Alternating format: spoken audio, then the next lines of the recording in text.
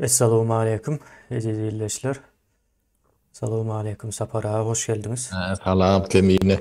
İyileşler. Selamun aleyküm. Buyur Hmm. Kemine. Sapara bugün eee qaysı tema hakkında gurrun edýäs? Ine gurrun bereýin. Bu gezek o näme üçin gurrun edýäs şu temalary käbir adamlar üçin iç kysmada gelipler. Şoňa birazrak düşündirjek bolayyn. Dünýäniň ötesinde galan Türkmenistan. Näme diýmek? O häzirki ýagdaýymyz diýmekde. Türkmenistanyň häzirki ýagdaýyny göz öňüňizde tutun, ine şu dünýäniň ötesinde galdy. Dünýäniň ötesinde galmagan edil ýok ýalyk bir ruh ýalyk, ýani şu halk ruh ýaly görülýändir. Onuň hakyny, hukugyny barmy ýokmy şu mesele boýunça hiç kim göz geçirmeýär, üns bermeýär, dykkat almaýar. Indi şunun sebäpleri bolmaly. Ýani Türkmenistanyň dünýäniň ötesinde galmagynyň sebäpleri bolmaly ýokman suratda. O sebäplerini tapdyk diýeli, o näme üçin o sebäplerini gözleýäs. Birinji ýanky şu sebäpleri düzeltmek üçin.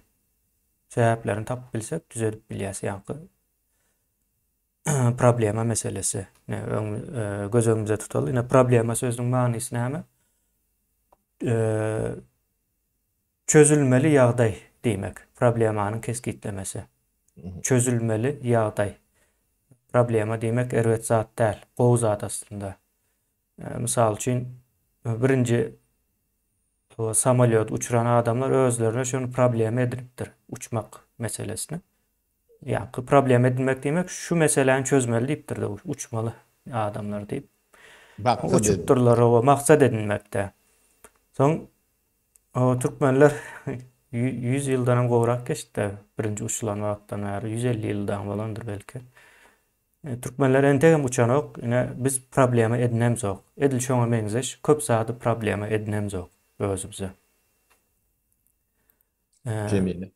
Neme Türkmen uçanok diýen bolan o Türkmen bilen oýun etmen o mele ýolgadan doýan soň samolyotlar aýat uçup gelýärler kat. Onu kıyıfka wagtlaýyn. Kıyıp uçurýança bolýanda. O şolur ýalak demesi vardır Türkmeniň gudraty diýen. O şolurlyk için. O ýanky neme gara meselesi diýelim ona. O Indi ýöne bu ýanky birinji ýagdaý.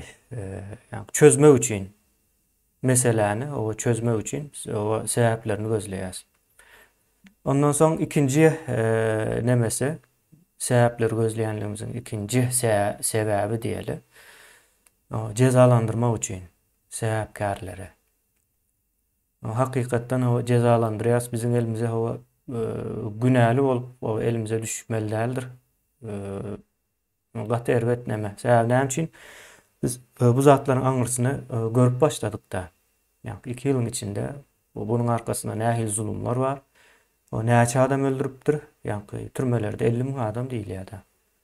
Şu zatlar pikir etseň ýani neslin bozulma. Türkmenistanyň halky 12-13 milyon bolmaly diýip o çak edilýän wagtda şu wagt 4 milyon. Ýani bu zatlaryň hemmejesi o sebäpkärleri bar. Bu adamlar o cezalandyrylmaly. Soň şu sebäplerin özem çözülmelidir. Şonuň üçin bu zatlaryň gurrun edýäs. Ine bugünkü etjek gurrumuz hem dünýäniň ötesinde galan Türkmenistan. O hem bämizin ýurdumuz Türkmenistan o ötede galdy. Indi näme üçin galdy? Ona ine Sapara bilen o gurrun edeli. Sapara neme Kemine dergen görmeli zat. O Türkmenistanyň içindäkiler, içinde ýaşap ýören adamlar, o dünýäň bir ýanky Türkler arka bakçasy diýe şeýlem. Bir neme bakça. Gödöňüne tutsaňdy, şoňa arkasynda bu planeta değişlem dämken ýa. Onu ýani Türkmen döwlet dokumentyny ýani Türkmenistany jidde neme alýan yerleri yok. Ol ýa mehmelim görünüp dur. o halkına bir näme deyin. Bir o nemelere geçipdir, bir zatlar bar deyip neme bunu bir adam hesabına urdayan yeri yok da. Şeyleri düşündüreyim. Yine o prezident sayılır deyip bir oyun geçirdiler. Şunu Gutland devlet başlık nemelerim olmadı. Bu da maskaraçılığın bir nemeti. Ondan Türkmenistan var mı yok mu? O zatlar bilen yani kalkar olumlularının bir işi yok. Hem de lidar Prezidentler halkından ama o gutlanoklar bardır. o halkından bidar. Şu tayda gadwadığını ne etwadığını bilýärler. Şu tayda pulwadan boljogyny bilýärler. Ne şu adamlar bir ne Türkmenistan'ın bağdığını nemediğini bilýär, nemediýär. Ve gıdıklanýarlar. O sebäp galan jedýärler. Biz bunu göremde yok. Ben ne Şandroviç'i dinledim de. Bizim ne 2,5 yıl beri şu düşündürecek olup görende adımdı. 3-4 bindin içinde düşündürüp beriyedi. Onu kimine demedim orta alır. Şu diyen dağıtlarını. Ne şu tayda bir neme geçiyor da fikir geçiyor. Ne Ukrayna bilen ortet uruş halinde da o adına uruş diyen ortet o operatsiya näme spesial operatsiya diýen näme diýer şol ýarak bir adam diýer. Şu komünistlerin yalanları da. Hiç yani doğru atlary yok da. O indi ortadan näme boljagyny şu biziň aýdýan pikirlerimizi düýü bilen aýdýar da. Orset o millet bolwam, döwlet bolwam o etir yok. Brunnu yok olup gitmez öyle 4-5 yılın içinde onun 5 yılın içinde şu millet şu devlet şu pasportu eline taşıyan adam Ors pasportu eline taşıyan adam o dünyada hiç yerde deme yok şuları yani bir adam şekilli seyredilen nemesi yok şuları ilginç. Bu da 50 ile çekecek mi, 100 ile gidecek mi? Ya da ömürlük ştamp mı? Onun bilyen yok, onun tarih görkülür. Onun şunu, yani Germaniya bilen deňeşdirýärler de, yani Hitler'in neme Germaniya bilen, faşizm bilen. Onun yani fikri boýunça, Şandroviç'in fikri boýunça o iki şansy var diýerler. Bir gowy belki Hatem Erbet. Gowusyny äýlekdi pora görende deme diýdi. Gowusy diýär Germaniýa alak bolar diýdi. Germaniýada 45-nji ýyl beýik watançylyk uruşundan soň ulu depresiýada şuňlara çenli ýaňy özüne gelendir. Ýa-ni şu nemen Hitler'in eden günähini aşandan çıkıp bilmän mettlerde o dünya o ýigrenç bilen terbiýetde Germaniýa şol ýalak memedi o gowy ýagdaýyny şol alak bo diýdi o da bir ýa-ni bir çok ötün sorat bilse diýär ýol başçylarynyň geljekde boljak ýol başçylarynyň biri o ýöne diýär ikinji ýagdaý diýär erbet ýagdaý diýär Demirgal Türkmenistan ýalak bo diýär. Yani dünyanın arka bakçası diýerdi. Yurdum gerekler, halkım gerekler, şunun bari yoğu denem hiç kimin işi yok. Yani adına yäme diýjeňe bilip bolan nokta bu. Yani atynny, zıngynny şol ýalak neme diýerdi. Öndüňdäk göräýil ben onu tercüme etmem demerek. Hava sapara dinläýär onu bir sözümüz. 4 minut ýaly wagt alýan bolmaly ýalňyşmasam. Bizim şol käkelep aýtjak bolup görende adymyz şol aslında şol. Sapara başlady onu. Я написал 24 числа. Кажется, я понимаю, что должны были чувствовать нормальные немецкие граждане в 40-м году, в 39-м году. Очень хорошо чувствую. Нежелание быть немцем. Если Германия вот это, то вычеркните меня из числа немцев. Тогда я не немец. Если немцы вот это. Вот этот стыд. Я это очень хорошо почувствовал. Да, с Украиной все, людей жалко. Людей погибших не вернешь. Разрушенные судьбы не вернешь. Да, вот 1 миллион беженцев, да, вот эти вот 3 миллиона. 3 миллиона. Вот это не вернешь. То есть не вернешь эти дни, да, не вернешь разорванные судьбы, не вернешь. Вот это не вернешь. С Украиной все будет нормально, а с Россией все будет очень хреново в ближайшее историческое время. Это очень понятно. Будут выстраиваться в очередь инвесторы, чтобы восстановить Украину. Украина будет в Европе, Украина будет в НАТО. Украина будет действительно процветающей страной, безусловно. Путин создал сейчас на наших глазах, помог становлению украинской нации, безусловно. Была Западная Украина, Восточная Украина, был слабый президент Зеленский, были противоречия. В одну секунду появилась украинская нация, которая себя осознала единой украинской нацией. Уже нет никакого ни Востока-Запада, венгерская часть, какая-то Запад, Поль, какая-то такая-сякая, есть Украина. Да? И символ ее президент Зеленский.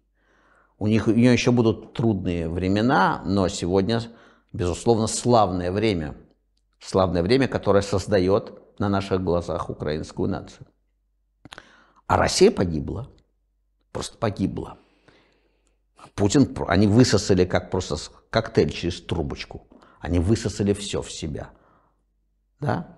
Все в себя высосали. России-то нету. А Россия в лучшем случае предстоит немецкий путь. В лучшем случае.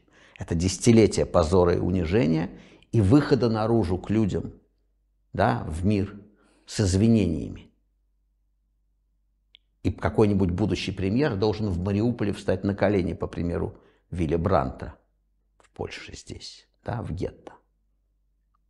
Вот после этого только что-то может начаться. Выход России наружу. Это лучший вариант. А худший, что Путин окуклится, останется у власти, что его не додавят, и не удастся до него дотянуться ни табакеркой, ни санкциями. И это означает, что Россия становится просто северной Туркменией, какой-то территория за забором. Изгой. Да, страна-изгой, которая никого не интересует и не волнует, как там живут оставшиеся там. Вас беспокоит Туркмения? Нет. Вот я сказал, вы, там, да, конечно, людей жалко. Но как бы мировое сообщество давно пожало плечами и сказало, ну так получилось. Это люди за пределами мира. Это рабы. Это рабы за пределами мира. Это очень печально, но это так. Россия, которая имела шанс, была частью европейской цивилизации, без которой не существует европейской цивилизации. Вот это все Мечников, Павлов, Вернадский, Толстой, Чехов, Серебряный век. Да, это огромное, Чайковский, Рахманин. Вот это все превращается просто в территорию за забором. Территория за забором. Своими руками. Своими руками. Это чудовищно. Я себя все чаще ощущаю русским патриотом. Не хочется переходить на их терминологию, но я-то русский патриот, а Путин-то изменник Родины и предатель. Вот так обстоит дело.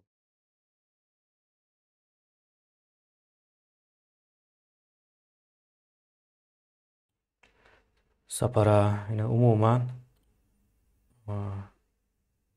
şunun ýaly ýaňky Demirgazyk Türkmenistan diýär. Dünya başındaki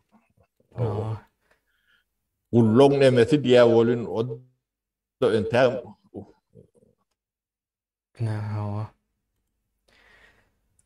Ýaňky kıyın ýagdaýda millet, halk hemmesem diýelim. Şu post Sovetlerin içinde iň ağır, iň dargan ýagdaýa düşende olam näme sebäpden? Sebäbi bolmaly munyň. Kameran gitti kemini. O sapara kameram gitti, näme üçin gitti bilemok, sereder näzir. Ben şonuň ýaly bir ýagdaýlary bar munyň.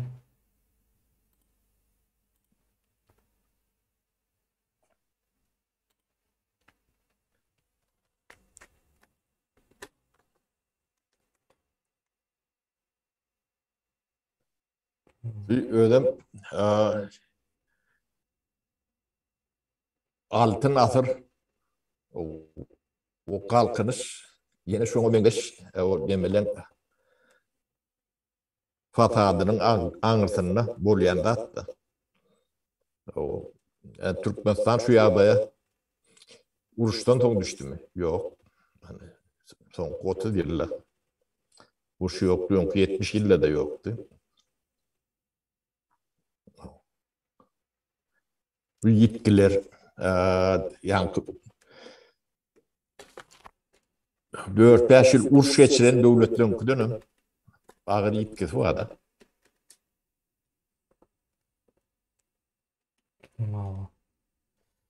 Sapara kameramı o düzeltdim. Şu arasında çıkayan olmalı tehlike. Ten gelýän çaň ben biraz güýmedim kemine. Sağ olun. Sapara. Näme? Biziň ýagdaýymyz içindäki adamlar belki bilmedim içinde düşünýäni, görýäni ba bolmagy mümkin olan ýöne. Bir perwaýsızlyk diýip bir zat barda. Yani köp betbagatçylyklaryň başy diýip hata we diýerler bolan ýok. Bu hemme zadyň soňudur. Şundan soň yani bilmedim. Näme bardygyny bilip bolanokda. Bu soňum bolýar da. Sebäbi şu bolýan zatlary 30 ýyllar içinde ýaşap öňüne seredip görüp bilmeýän o gatlak bolup biler. Ya sowatsyz nemesiz bolýany. Görüp bilmeli. O inteligensiýa diýär ýa-da okuly bilimli adam diýil ýa. Ya ýokary bilimli adamlar diýil ýa. Şolar zatlar görmeler. Etki näme boljak? Çağan nähede ýagdaýda ýaşajagyny iň onmandy sen öz çağan nemesini düşünüp instinkt nemesi boýunça da haýwanda da bar ol. Ertir bular nähede ýaşamady.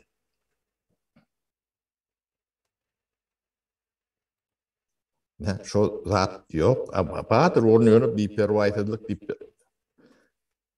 şu sözi şoň üçin neme diýende. Bir cinayetlerin iň ulus kan diýende. O adam bunu özüni aklajak bolup ýa-da şonuň kırada saklajak bolup ýa-da öz ýanky bir komfort nemesinden o süýüşmejek bolup bir özüni bir perde dünýäde ýa-da olur görgüsini ýöne men gyrada galyp bilen diýen ýalak deme. Ýok, bir düýedip bolmady ýalak ýagdaýa geldi Türkmenistan. Bizde o şu nädip demedip bors düýedip bor diýip kelli döwgese. Sebäbi jemgyýet gaty kefil. Ol ýeke biziňki däl ekeni, orsedem şundala eken. Ol orset ul döwlet bolan soň sehel İncecik intellektual gatlığım kän bolýar da tani. Görüp görünlüğünü yani Şandroğuçyalak şoňa meňzeşlik nemeler kändir. Onu düşünmeýänem 80%, 83% Putin'i gurlatýar da. Şoň içinde bolan, olar hakiki şoň arkadan nemeler var. Putin'in bir bilýäni bardyr diýär-de. Näme üçin diýse. Owa. Neme? Taňrylaşdyrmak diýip bir neme bar sapara. Olam nireden gelýär? Bilimden uzak. Ýani pozitif bilim diýjekse düşünükli olar ýaly ýöne. Bilimin pozitifi, negativi ýokdur. Bilim bilimdir aslında. Yani şol nemeden ayırmak üçün aýdylýar da ýani sowatsyzlyk bilen o sowatlygyň arasyna tapawatlandyrmak üçin pozitif bir bilim demesi bardyr. Şondan uzak bolsaň sapara bir sany lider saýlamaly bolýar. Soň şol lideri öňe tutup galkan edip şol ýaly bir arzulary bolmaly da. Çylşyrymly bolanok bir sany adam o gije gündüz şonu görýär. Hemme problemalary şo çözýär. Sen kararım alamok hiç de dedim Hiç de adam edemok. yaşayan. Nemede demokratik guruluşlarda her bir şahıs aktiv gatnaşmak mecburiyetinde. Her bir zada ýani yerli hökümetiň işlerine de gatnaşmaly, çärelerine o ýani ulus möçberindäki ýani ulus diýende ýurt möçberindäki gatnaşmaly. Uzatlar çylşyrymly gelýär adamlara. Şonuň üçin näme diýerler, aňsat ýoluna gatjalar. Bir adam getireldi diýär, soň bir adam getirenden soň bu taňrylaşyp başlaýar sapara. Taňry bolýar hakykatdan şol neme arasynda. Soň şonuň eden ýalňyşlary hem gözüňde sowap görünüp başlaýar. Şo ýalňyş etse şonuň ýalňyşyny üstüne örtmek sowap ýalak bir hala gelmäne başlaýar. Şonuň ýaly gidberýär bu işin demesi. Ine soň çöküşe dogry gidýär. Şu wagt sapara Russiýanyň boljak ýagdaýyny gürrüň berýär-de. Ýöne bolman bilerdi. Tädip bolman bilerdi. Olam ýene siziň aýdaňyz ýani Fors millet hem Türkmenistanyň içindäkiden dawat däl eken, olar hem şonuň ýaly çöküpdir, çüräpdir diýdik de. Ýöne şol çüremek bolsa Putin'e Kemine bu cemiyetin tak büyük tarihini, nimetini adamlar yüzlüğe geçiyor da. Yani Giyitlerin bir faşist diye şeyler. Böyle Giyitlerin faşizmini Giyitler nereden uğruyor? Ne 17. yıl revolüsyon oluyor ya. O şonun beri yani 90. yıllar içinde öldürülen adamın tani 60 milyondan geçiyor. Öz yerleriyle yani kulaklarda, Sibir'de demede 60 milyondan şey diyorlar da. Onu toşunu bilen adam adır olsun, 60 olmasından 50 olsun, azat değil, 40 olsun, 30 milyon olsun, hiçbir azat değil. 30 milyon demek, Yaşaltanıp Türkmenistan demek. O anırdan gelen yeme bu Stalin'le uğruna da bunu yani yeme baha vermediler. Lüstratı olan nokta. Hurşov uğruna da lüstratı edilmedi. Onun Brejnev uğruna da şu geçti bilirler. Şu günde 5.000, 3.000 yani ölüm cezasını yerine getirip görün, yani pistoletini atıp görün adam var. Şolor yani öd ajalda ölüler köpütü yani ölünlerim var şolok için. Lüstratı bolmadık yani şolok çağaları da atlarım ya şu Putin'in toğruluğundaki adamlar. O da bir değil, iki değil. Yüzlerce, milyonlarca. O bir doğrularda yani tavet sayıyordum. Yarta türmede otur, yarta şu türmede oturanları taklıyordu. Şunu yardım oldu. Bunun tarihini öğrenmeli. Yani şu zatlara yıkılan zaman lüstrasyon edilmedi. Bular Şu baha verilmedi. o kapitalizme ters taraftan seyrettirler. Yani türme adamı düşürmek olur bir kapital da. Yo. Şonun ýaly tarapdan giripdirler bular Yani meňe. Türkmenistan'ın ähli nemesi şu dowamydyr. Ödem yani uçebni poligonu ýalak Türkmenistan şu taýda köp zatlary test edýändir. Ha, Aýdyp oturar. Yani bizim bakçamyzyň gyrasy diýip. ha. Ne şol oglan bilýär. Ne bizim näme elekdigimizi. Ödem gaty dogruy baha men pikirimçe. O bizim yani demeyende düşündürecek bolup düşündürüp bilmeyen ýörendi adamdy 3 döndümde düşündürýärdi.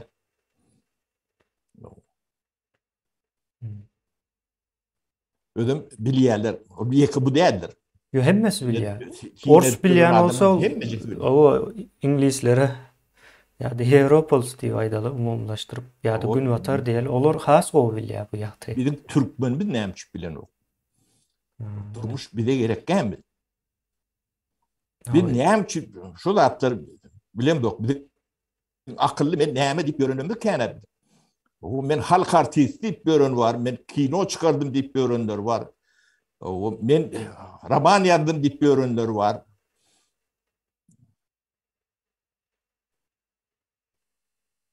Bu zat görünüp duranda da.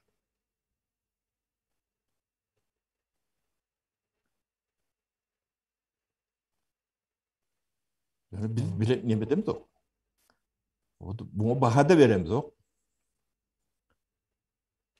Yo baha neme dilmeýär da sapara bermek mümkin däldi. Onuň üçin ýanky pozitif bilimiň ýanynda bolmaly adam. Ine men bir zat mysal bereýin. Men köp ildeşlerimiz jaň edýär giýjäniň ýarysynda. Dinden gurulmak başlaýardy. Soň benem aýdýan o imanyň şerti, İslamyň şertini gurulmak diýen bilen okda. Sapara. O sen aýtdym soň nädip musulman bolýan diýip soraýan. Ýagat kan dengelýär onu men giňişleýine gurulmak bermekçi aslında aýratyn wagtda ýöne şu zatlary bilmän o dinden söz edýär, giýjäniň içinde jaň edip. Biz o diniň ötesine gidipdir problem ha. Şoňa düşünen ok. İkinciden hem özü diniň näme düşünen ok. O ýanky Allah'ny tanayan diýär-de. Allah ne howa ýanky İslamiyet gelmänkäde öňem barty ýanky Araplaryň bütün tanrılarynyň üstündäki iň ulu tanrı diýip hasaplanýar. O Allah sözüni öňem bulanýardylar. O soň İslamiyet gelen soň beýleki tanrylary ýok, diňe bir tanrı bar diýip o bire düşürdiler. Allah sözüni olaram bilýärdi. Onda olaram musulman olmaly da. Dindar olmaly. Yankı ýigit ýebrey Müsevi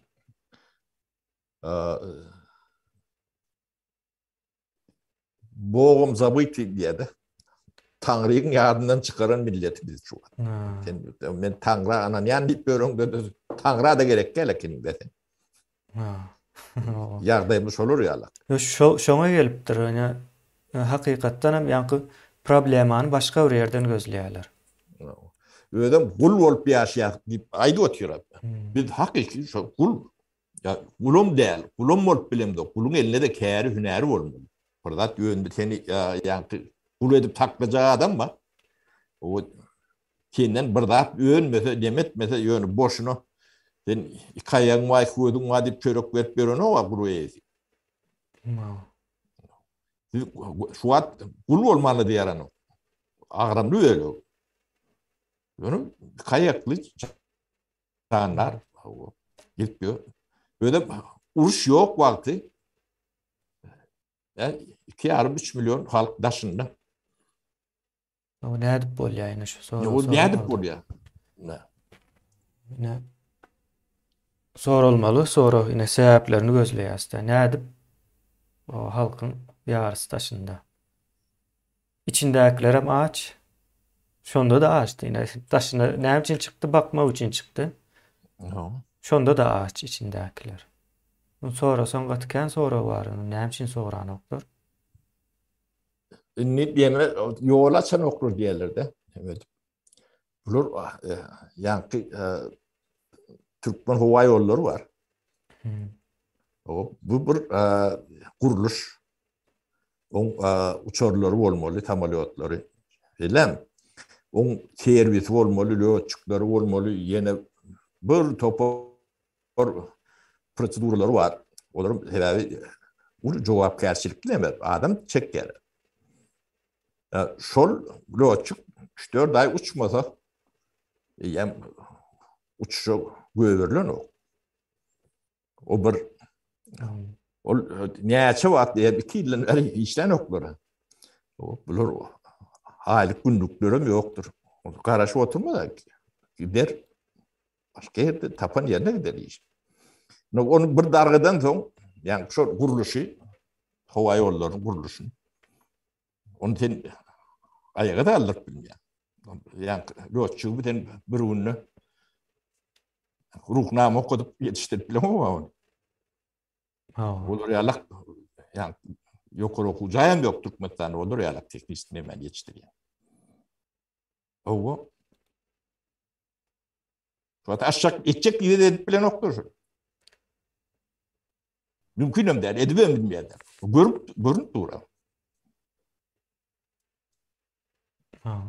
1 milyon dolara yakın günlük işlemeli, pul aylanmalı o taydan ayakta durmak için. İyi az. O hareket durması işler o. Çöktü diye. Batanda o mu işgallerim gidiyor da o yığınap bolan o. Yani teknik neme. Bunu Sapara, bunu 2 yıl bundan yankı Şeyh Murat'ın oğlu bilen razırak gurur ettik de şu anda şu vaatlar 3-4 ay oldu mu kendi yani yapılanla yollarım. Yanlışmasam. Şu vaatlar hesaplap gördü de. Näçe vaatta çökmeli deyip. Ay şol vaatlar çöken olmalı deyip aydıp dol. Ondan verem 2 yıl geçti. Ne diyeme ben bunu benim için dile getiren kimine. Ne bir halkın ömrünü şu ötüşünü büyüt bolayan bir zat bağı oldu. Biz şunu yokman ortadan ayırmadık. Şu zat bahar görünüp dur. Ne şu prezident bolon şu kakası onun Nihat var. Şular Türkmenistan'ın geleceğinin önündeki bir ullukan büyüt. Ha, bunun başka ne hilek motivasyasını dinleri olun, onun hiçbir önemiler halkın yani bilim, bilgi, ösme, gelişme yağdayının önünü büyüt bolma, önünü büyüt bolma. Ayrıca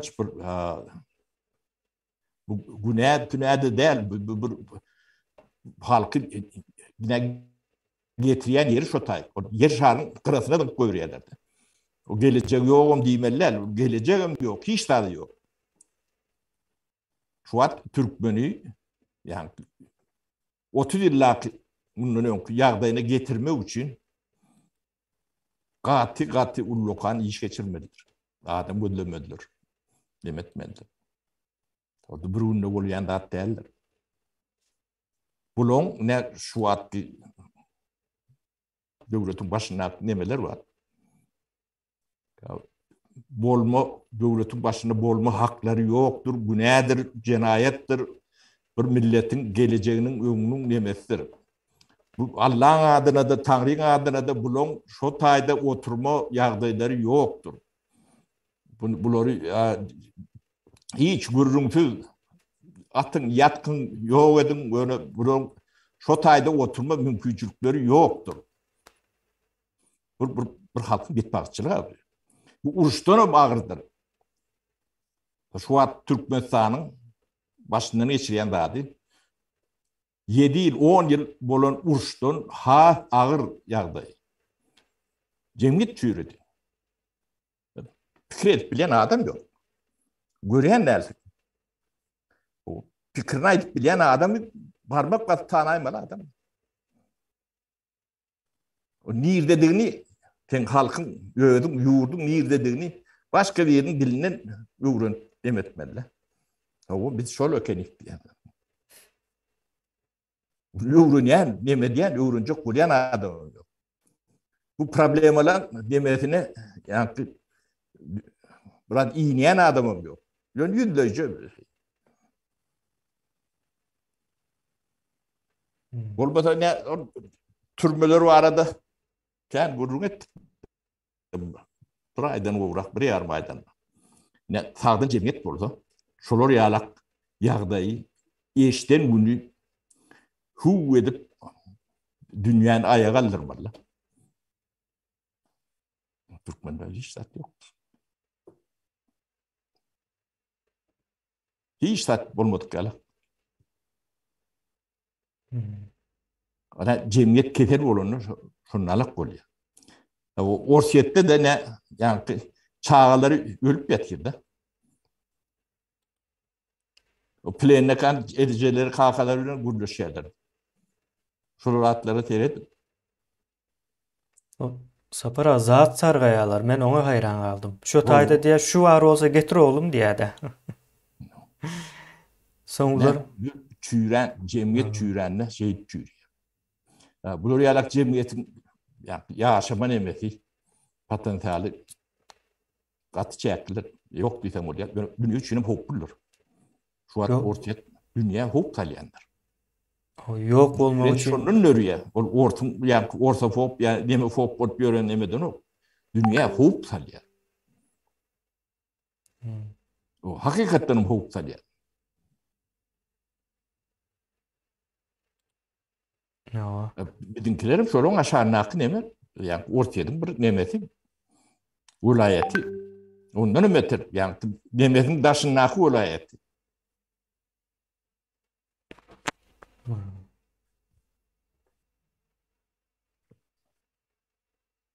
Bunu düşünüp nemedilen son çözümlü nemet benim demeyine.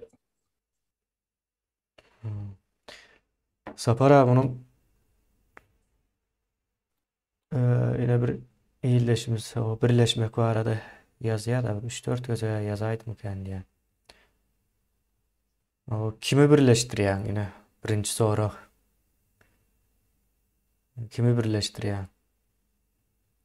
O halkı deyip cevap verecek. O onda Halk gibi. halka baha verel onda gel. O birleşecek halka baha verele. O soğutsuz hiçbir zada düşünen ok. O yani problemasını aydıp bilen ok. Şonun problem olduğunu bilmeyen adamları birleştirip yine odan depen içinde tutup dururlar. Şu tayda birleşen. Yani 500 adamlık türmede 2000 adam birleştirip dururlar. Yani ol bizim nememizin hem ötesinde yok oranda. Yani şonun ýaly edip birleşdirýärler. O birleşme diýilen zat ýokdur hiç ýerde de o hekaýadyr bu. Ýanky nemelerin bu komünizm bilen gelen bağlanşykly bir zat bu birleşmek meselesi. Hatta bu sloganlarynda bar ya birleşin diýip. Komünizmin her bir ýerinde bar. Birleşmek. Proletariy всех стран соединяйтесь. Ya, bu birleşmek sözü komünistlerin sözü. Biz näme üçin bunu ulanmaly? İş edeleyin deyin. O yine birleşelim deyip hazır komentariye yaz ya da o çık ekrana düşündür pikirlerine ait o bize getirip berele. O näme üçin birleşmeli? Birleşmenin o sebeplerini aytıp ber. O ýöne ýere o birleşin deyip gıyırıp görmek bulam iş etmeceğin alamatydyr. İş etmeceğin. Şonun ýaly bir ýagdaý bar. Bu birleşmek meselesi KGB-nyň gaty gowy ulanýan bir metodydyr. Näme üçin? Sebäbi birleşip bolmajagyny bilýärler. Ýöne birleşmeli diýip aýdýarlar. Ondan soň uruş çykmaly da näme üçin birleşemzok diýip.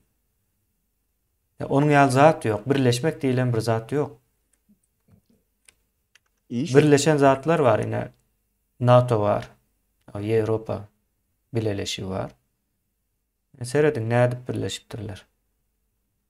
sowatly, hemme zadın ustası bular. Yani edýän işiniň ustasy. Bu adamlara "Howa birleşin" diýip gyýryp beren adamam ýok. Ýene bir zadam ýok. Hiç zat ýok. Şonuň ýaly bir neme bardyr bu. Birleşmek meselesi zeherdir. Edilip bolmajak iş. Yani Türkmen halkynyň ondam edip bilmejek işi. Hiç zat etmäliydin de. Hiç zat etmäliydin. Yani o birleşip näme men şunu ýa zat aklyna gelýärmiken yani adamlaryň bir meýdan var şu taýa üýüşip karar almak diýilen ýaly. Yok onuň ýaly bolmaýar. Karar almagyňa mehanizmlary bardyr. Yani meclis şu köpçüliğin adyna aňsatlyk bilen ýa-ki pikir 5 milyon adamyň her haýsy öz pikirini aýdýandygyna.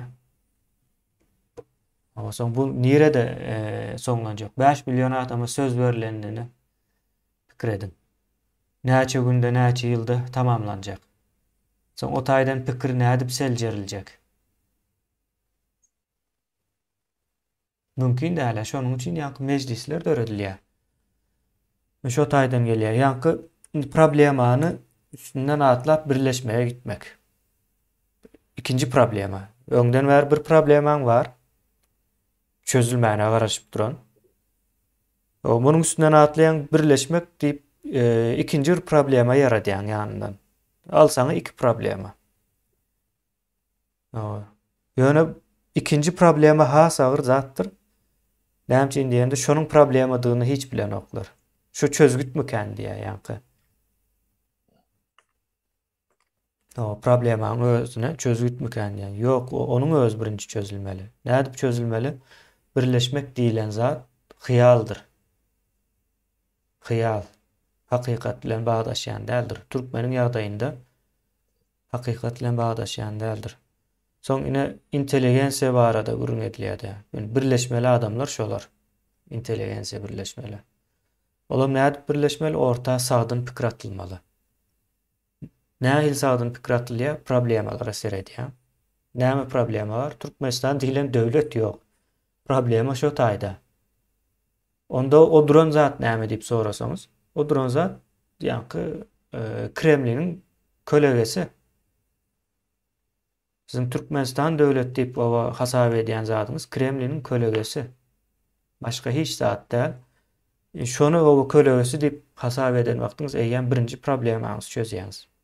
Olam näme mesele düşündiňiz. Demek döwlet ýok. Bunam diň inteligensiýa ortaga goýup bilýär. O günlük gulçulukda, talabançylykda gezip gören adamlar buna düşünmeýär, öz başdak düşünmeýär. Birleri düşündürmeli şolara. Ekrana çıkıp. Ondan soň ine näme üçin düşündirilmedi sapara, ine näme üçin düşündirilmedi diýilen ýene bir soru döreýärdi. Bunyň içinde şaha aýryp gidivermeli. 30 ýyldan bäri näme üçin düşündirilmedi bu zatlar? Ol ýa-ki nemeler vardır, ýa-ki akbel saparlar vardır. Şolar da hamala düşündirmeli adam. Ýöne olam 36 ýyldan bäri KGB işläp berdi.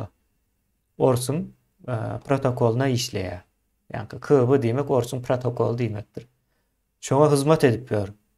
Ödem jany göňülden ýa-ki ýazýan zatlaryny, o başga da ýazan zatlar bar. Olary okasaň o aklyň çaşýar. Ýuwaş-ýuwaşdan ekrana bermeli bu zatlar. Ine şol adamlar üstüne örtüp gelýär-de problemalaryň. Indi nähil bagdaşýar bu zatlar. Problema var. Şu problemany ortaga çykarmaly adamlar üstüne örtüp ber. Soň seredip dursak o problemany ortaga çykarmaly adam däl eken olar. Ine bulan bir nemedir ýa-ki duzagyň bolup biljegini aň getirmeli. Türkmen milleti aň getirmelidir. Hemme ortaga çykan ýa-ki ak saçly adam ine hemmesi halmyrada meňzeýän däldir. Halmyrada meňzejek bolýandyr. Şoňa da o düşünmeli. Yani Kuvel Sapar'ın eden nemelerinin çakıçen yok. Dine misal edip berýär. Oň beýleki görnüşler var. Yani tek Azatlyk radiosunda oturanlar var. Azatlyk radiosundan kovulanlar var. Sapar ağa, o sizin sözünüz bir kezek böldüm yani. O Tarhan'ın bölü bölkemine şu biz sözümüzü bölmek için yaşayasın. Şunun için gerek. Başka nememiz yok. Neme o birine bil bağlamalılar. O ben bilmedim, ben bilimsiz kaldım, devam ettim diyen bir neme Bahana. yani bahana vardır. O bilimsiz kalan sana onu da ya men günahkar değil ya başka bir günahkar değil. O sen günahkar tapanda da sen bilimin artan o yükün yenilen yaran demeden bu bolon dağıtlar bir günde bolon dağıt değil. Son 30 yılda günne 100 gelyen dağıtta. Ne son için men ayttım bir pervaysızlık o bir dağın yerde dağın başlangıcı değildir. Sonudur. Sen keyfine geldi bir pervay oldu. Günün geçip durdu. Komşun öy yıkılıp durdu, öy yanıp durdu. Olur sürüp demet durdular. Şu tarafa seyredenim dersin köp. Başka tarafa seyreden. Sen günün geçip durdu da şu. Yani Hudayım günü kendi. 30 yılda niye gelip bil yani onu gördünüz.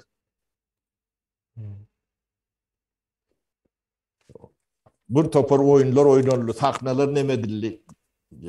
Biz düşünmedik diyeniz. Siz düşünmeyen günahı yeniletip olun o. Ya da çıkan neticeni ütkedip bolana. Ütködü olun o da şol. Hani indi o kabul edeli. O 5 milyon şu adam at- düşünmeyendir.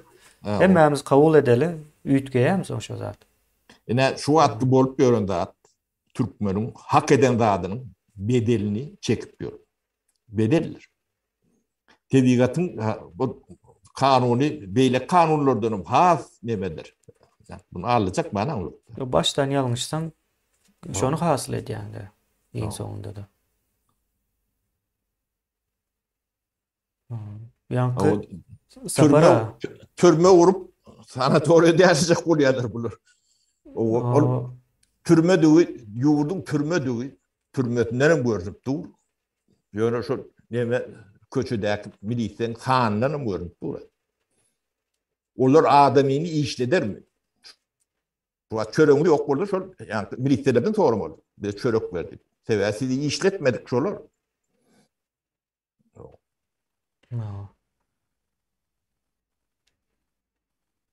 O bir boklu militsioner general olsun tapabı yok. O bir bilimli, ilimli, yetenekli bir adamını neyle şekilde yok edip biliyor.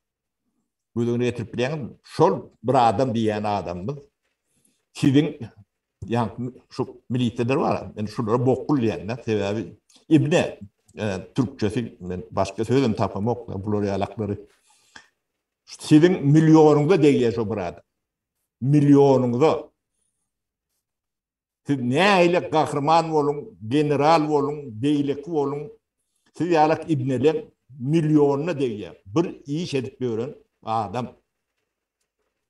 Siz şunu gözünü getirip görün. Ve Türkmenistan'ın bedbahtçılığı, yani yerimin tarında adı görüp bilmeyenliği de.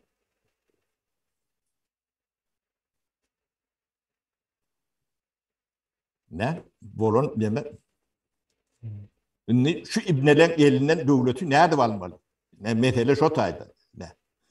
Ne bağışlan ben demerek söndür demedi yani onu. Yok doğru ulanyan söz Sapara berde. Ya köpüsü pedofil şonu menge söyledim pagonlu. Men götü bokul yani onu in kovu demeler. Yani ekranı çıkarıp koyuyor diyorlar da. İbne, hakiki İbne. O İbne'nin ne emediğini bilmeyen oradan Türkleri soğuran. Öldürüp korku salıp gör halka. Şu İbneler size korku salıp bilen olsa o devlet bulmuyor. Böyle devletin Hopsuzluk Şurası deyip at berýärler. Bir topar ibne. Devlet hem yok. Devlet hem yok. Hopsuzluk var arada da hiçbir demesi hem yok. Fikri yok. Onun da sizin ne prezident sayladık deyip bir önlemen var. Yani maşini katılırdır deyip 50-60 adam ekrana çıkarıp koyup emveden ministerin işini ayırtıyordu. Ben sizin mesele çözüyor adamım şol. O da bir ibne. Ola ibne ibne.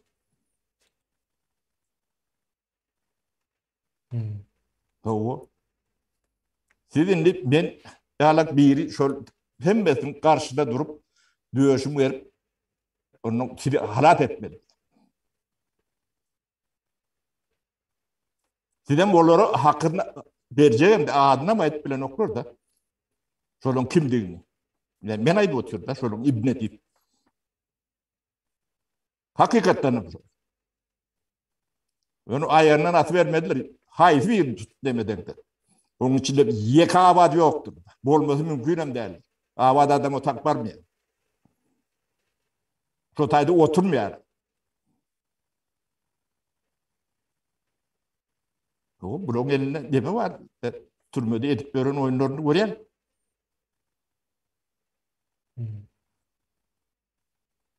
Oğlum hem de adam görünüp durunda hatta halkı korumalı şularmış. Şular halk ne korusun? Yani türme ama on deyip demedik de onun yerine bir kana var akıllı. Bir ut diyem. Yeme diye. Bürgüt o spesnaz deyip var ondan sonra şu türmenin demesine değişli. Böyle. Ne? 6. cadde yani näme deyip gidiyor yani. Şunun hayfi prezidentin akranasına değişti. Bürgüt. No. Şon türmede ne iş var? O arada gençleyin izni izlerler. Şolor kanun daşınatı dağıtlardır. Kanun daşınatı dağıtlar. Yani mafya girendir. Terörü girendir. Şolon birinin yaşama hakkı yoktur. Yemçil yoktur. Ona mı aytıp vereyim? Kanunu hukuk verse de yaşama demesinden verse bizim Türkmenin değer desuru boyunca şolon yaşama hakkı yoktur. Sebebi bir milletin ruhunu depelemek yeka o millet için değerdir. Biz bir Türk milletle bir gene fondun öcüdür. Çok sallançağıdır. Şonu depele diyerler. Böyle kanunun üstünde. O adamlar ehli Türkmen ümmetinin yolunda cevap verdir. O Türkmenistan kanunu olur goravan ben diyer. Nerede olsa tafavut yoktur. Şolun yaşama hakkı yoktur. Yani amonu vardır, spesnadı vardır, yani bürüdü vardır.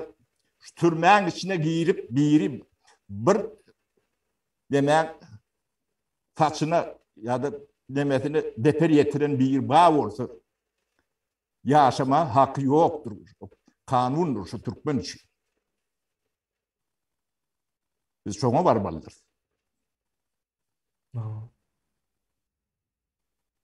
Sebebi bunun hem bir kanun daşınaktadır. Prezidente olur yalak kanun oyuncu koru verilen o. Olur yalak türmede olunmalı. Neme de verilen o. Halkı korkun vermek için dedi.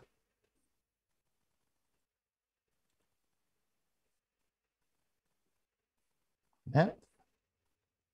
Son gelen yeriniz tutay. O sizin derdinizde yetişecek adamım yok. Ben öğün yemeği hiç ala dedim yok. Bir etmedi sizin yerine. Kimken ol etmeli adam? O korkudum. Size berili adam mı oldu? Korkudum. O devlet değilen de bir adamın devleti olup bilenler ne Ukrayna'da prezidentler vardır. Zelenski. Koça çıkıp şolur şunu var. Halk o da etmeli iş ne diye. Awa. Halk kıydın oğluna çendi. Yaşına karrına çendi. Ayrımçılarına çelle o hemmesi. Oo. Beylek partiyaların hem azaları eline yara aldı. Yani Yani hükümeti ülkeler- dolandırmayan partiyalar ellerine yara aldı yani. Oo. Bu tayda o indi. Vatan şeylik koruyor Hı. yani. Adatlıklarını koruyorlar. Vatanını koruyorlar. Siz öyünüzün nimetini mi koruyup bilin? Öýüňizdäki aýalyň Namusyny namusyny gorap gorap bilen zok.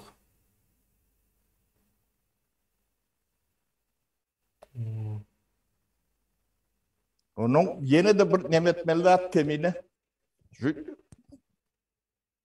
Türkmen elinden yaranırlar da. Av yaranı senin alıp da. Bizim dövrümüzde av yaranımız vardı. Awa. Benim oyumda 7 tane av tüfeğim vardı. Öňlere o hemme ýerde bardy. Men Doğru. käni gördüm. Owalarda hemme öýde bardy ya, men bilişim boýunça. Onun Olağım elinde yara var, hem de zat var. Senin elinde hiç zat yok.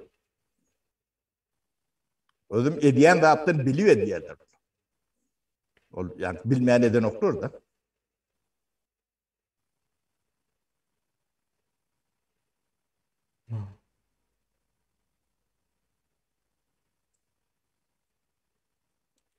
Yani şu problemlere hiç kim yemeden nokta. Yani şu problemi de kabul eden oku öndürün. Sen şunu kabul etmesen sen çözümün yani.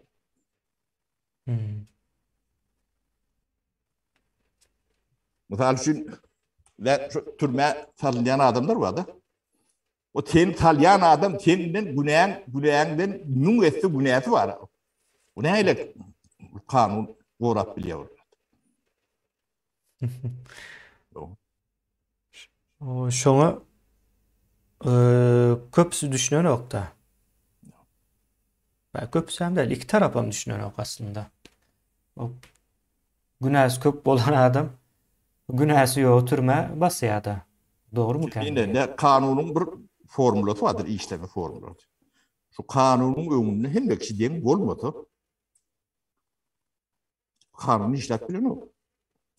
Eğer de bir adamın, nun adam değil, bir adamın hukuku kendiden kän olsa, ne kemiğinden kän olsa, şu tayda kanun ervedi işleyen ok bilen ok. O tayda kanun yok diye. İşleyen ok. O kanun yok olsa o kanun orucu orgunlar deyip bir topur müngläp yüz müngläp adamını hem şu taknım var.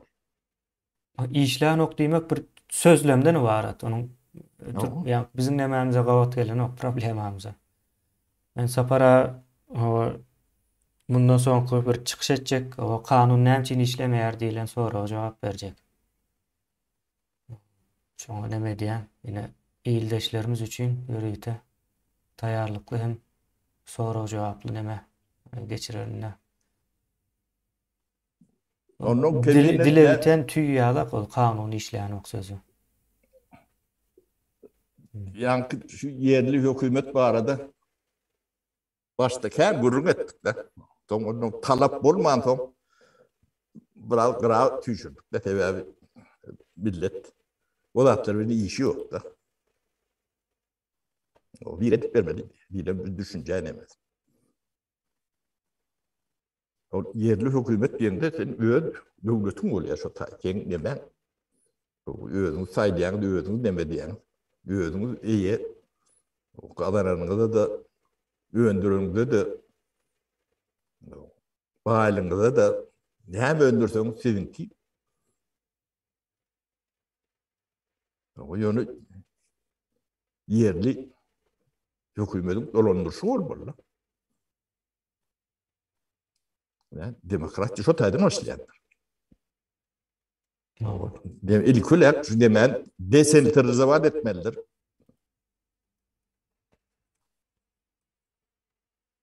Ösen yurtlarda şon ýaly yerli hökümetler işleýär. O Yani başka ösüp bolun o. döwlet şol. Başgaça o bolup bolanok. Ýani olam nemeden gelýär-de sapara? Ne häkimiýeti 3 aýyrýarlar. Bir-birine o bağırlap dursun diýip. Orada. Indi döwlet hem bölekler aýyrýarlar. Yani bölekler aýyrma olam ýene 3 aýrylýar-da.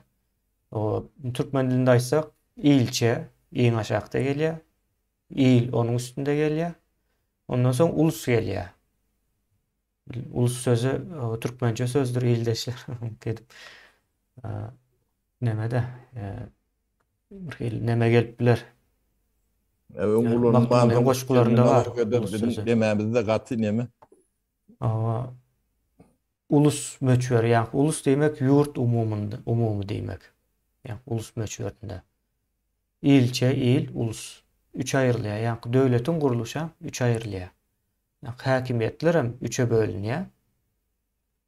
Bu zatlaryň hemmesi şu öz başdaklygy, ondan soň nemäni görkezýär-de. Yani problema çıkan wagty şu problemany beýleklerim görüp soň çoňa deň baha bermek. Yani daşyndan biriler baha bermeli bu zata. Sen özüň etdiň, öz bolup diýen ýalyk bir gürrüň bolup bilenokda.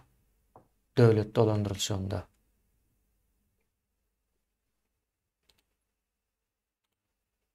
Şoň ýaly ýagdaýlar var. Ýani Türkmenistanda orta asyrlaryň bir nemesi var, isi gelýär. Aşgabat var. Hemme adam Aşgabatda var. Yani beýlek vilayetler hem o şu Aşgabada değişilmiş ya da şu Aşgabat'ın nemesinde barlığın devam edýärmiş. O mümkin däl.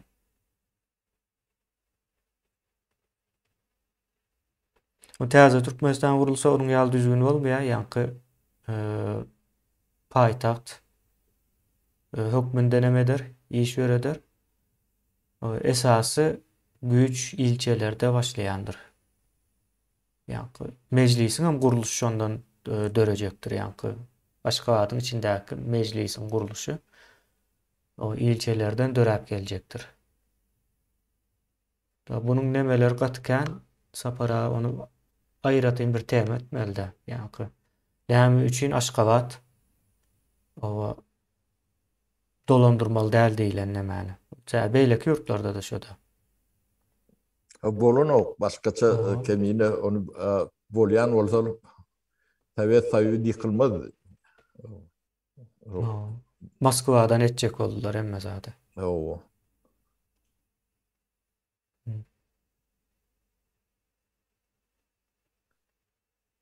Ýöne biz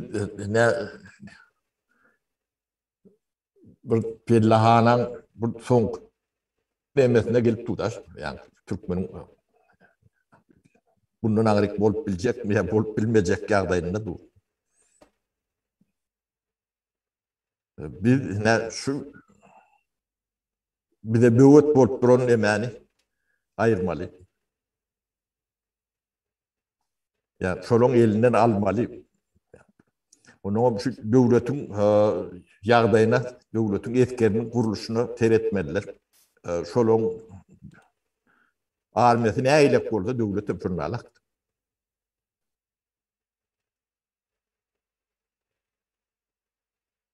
Bizde armiýa diýär. Yani ekranda görýän-de. Şolary size çerkerde boljak bolup gören adam da şolar. Biz onun aşaklaryna entek iňip görem zok, nemedem zok da. O taýda ýani etkeden bar alýagda ýaýjak. Böyle Türkmenistanyna bir adamdan başga hiç kim adam däl. O adam hatawyna da görülür. O bir adam Berdimuhammed maşgalaty dowunlaryndaşlar töwre adamdan galanlary ýöne siňek bilmedim. Garynja ya başga bolýar. Şonu ulam görenokdur.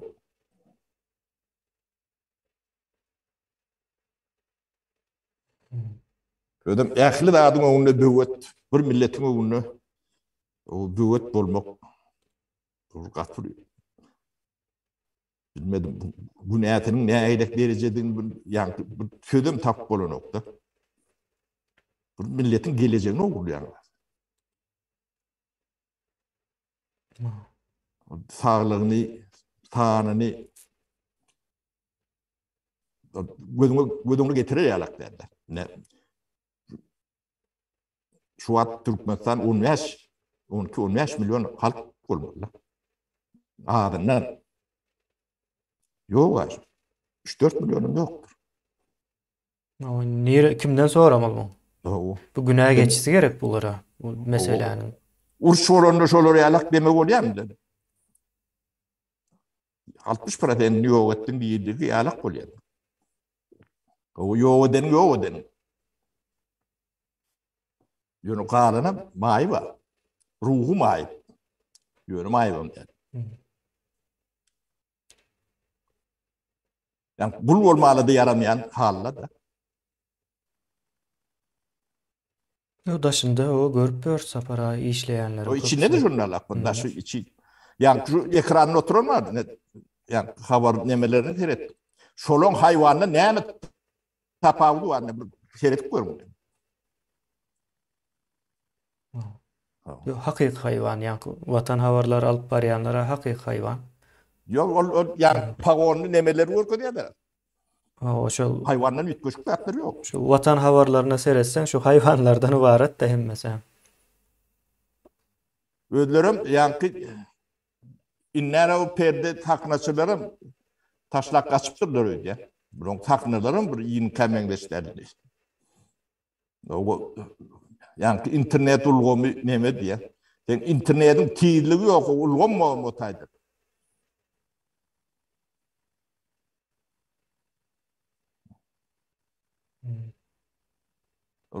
Dünyanın bilgisinin önünde böyle.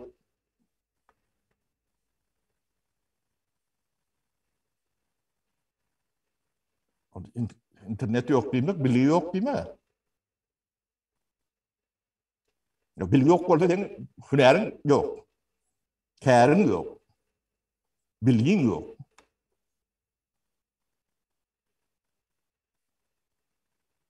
O gurur ne diyelim? Ekrana çıkıyor diyelim.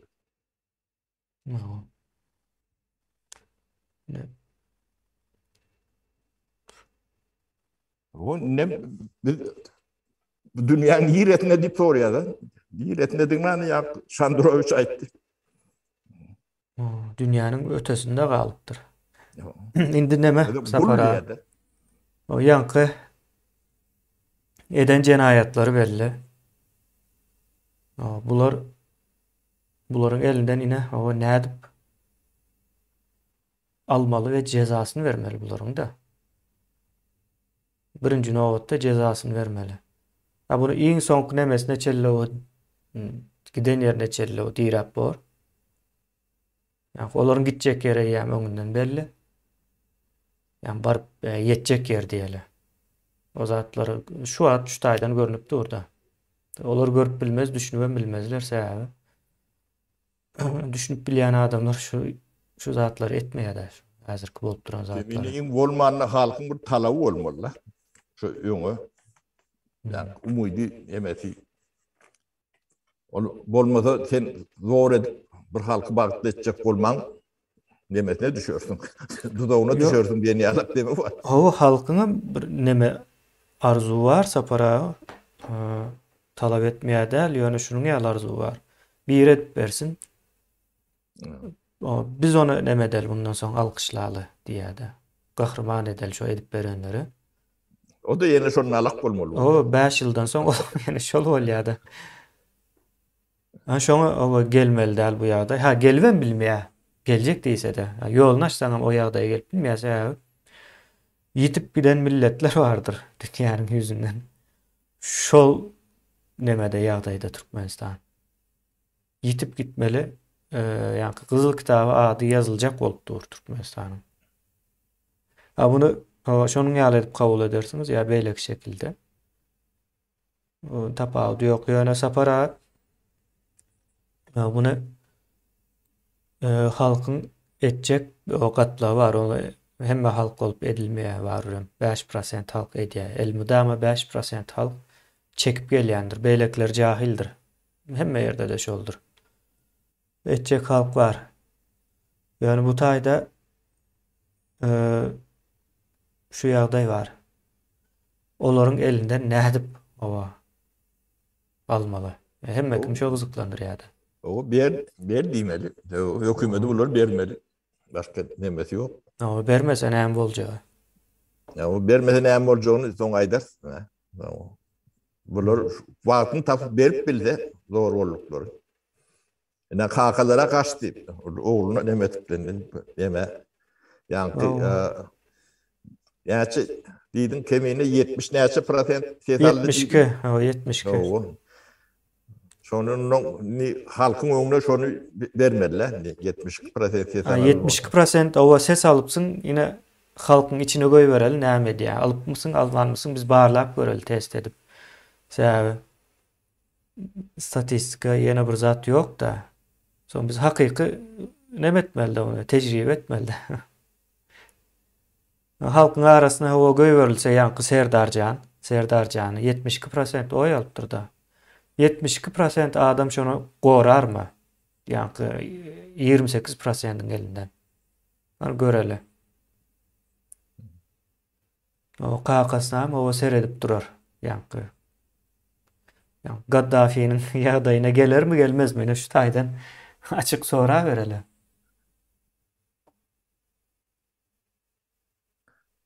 Yani Türkmenin düşen ýagdaýy kemine bunu yani Türkmen demesi bilen leksikasy bilen düşündürer ýalan der. Yo, ine neme barda? Nädip owa almaly diýilen sonra köp çykýar. Biz problema düşünsek, problema elmide ama bir sany bolýandyr. Ýani şonuň çözügi birden köp bolýandyr. Iň az 2'dir. Ucu açykdyr ondan soňra. Ýanky 2 3 4 bilemzok näçe açelyk için çözügi gatykändir. Biz hem owa bir-birden çözütlerini teklip ederiz. Ýa şunu ýaly etsen, owa şu ýagdaýda sizden belli bir nemede halas bolursunuz. Yani kanun öňüne boyun egersiňiz. Kanun boýunça siz suud edilersiňiz. Yani umuman bir medeni bir ýagdaýda meseleni, problemany çözüp bilersiz diýip owa teklipler geler. Bunun hem görünüşleri bolar. Iň soň owa hiç bir teklipi kabul etmese, ondan soň düýpli çözüt bardy bunun. Düýpli çözütini alyp baryp bolýar. Fakat kan gana karýana. Şo maşgaladan o ýanky çağa da almaz da. Halkyň elinden halas edip bolmaýar alyr. Bir çağasyna hem diýir goýmazlar ýa. 100.000 sana adam hava hücum etse şolaryň üstüne haýsy güç goşuny durup bilýär şo 100.000 adamy.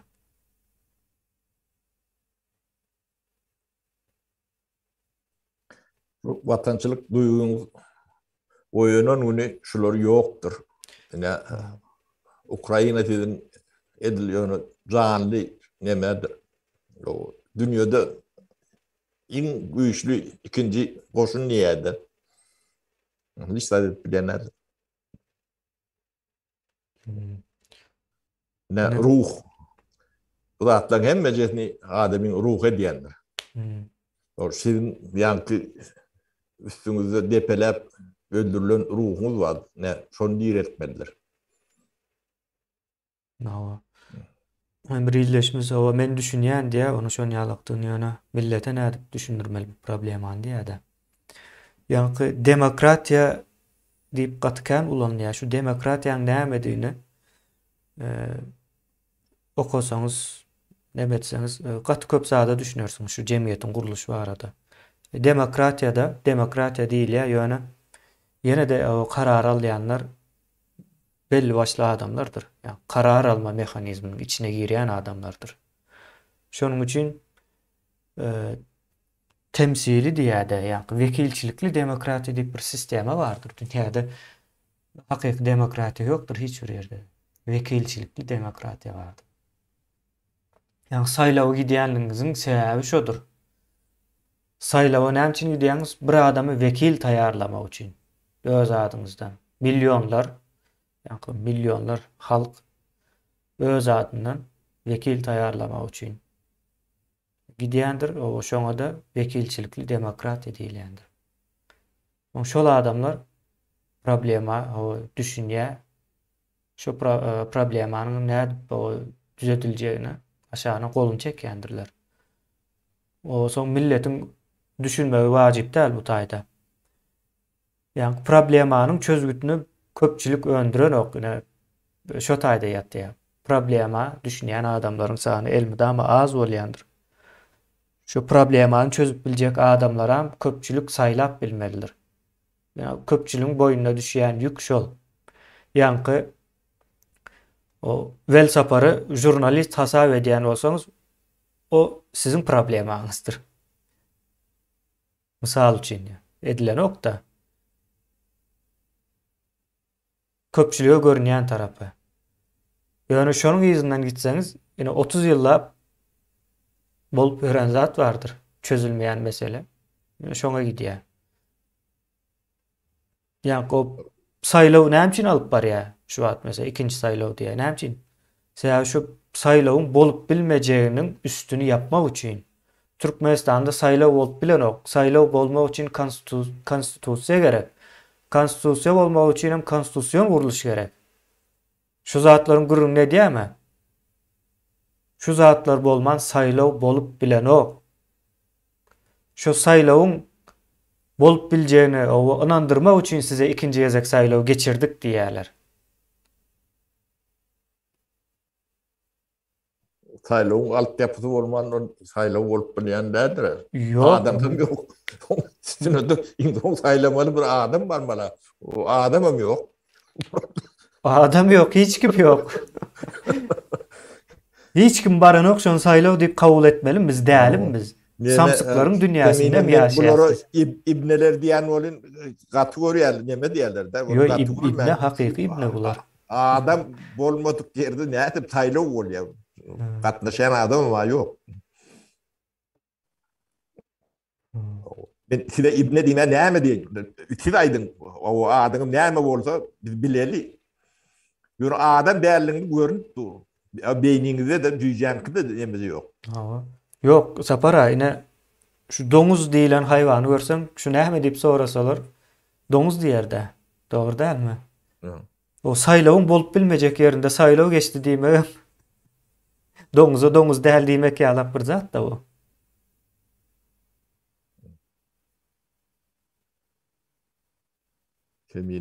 Yo bu neme diýerler? Halky hasap eden oklar samsyk görjek bolýar ýa-ni. Bizi samsyk görjek bolýar. Yani sen o hizmet edýän ol Orus padşahyň bardyr. Kremliniň protokoluna hizmet edýän sen. Mesela tek saçından tutup o ýurda getirer, ondan soň o halka tapşyrar seni. Näme edýär şondan soň? Indi o şol ýagdaýyň geljegine o duýup başlady. Ýa-ni 7-nji duýgusy bilen duýup başlady. Şonuň üçin o aldığından hereket etmeli de bizim karşımıza görüşmeli. Ve içindeki yani saýlawy puhtalaştırmalıdır bu. Bunun wezipesi şol.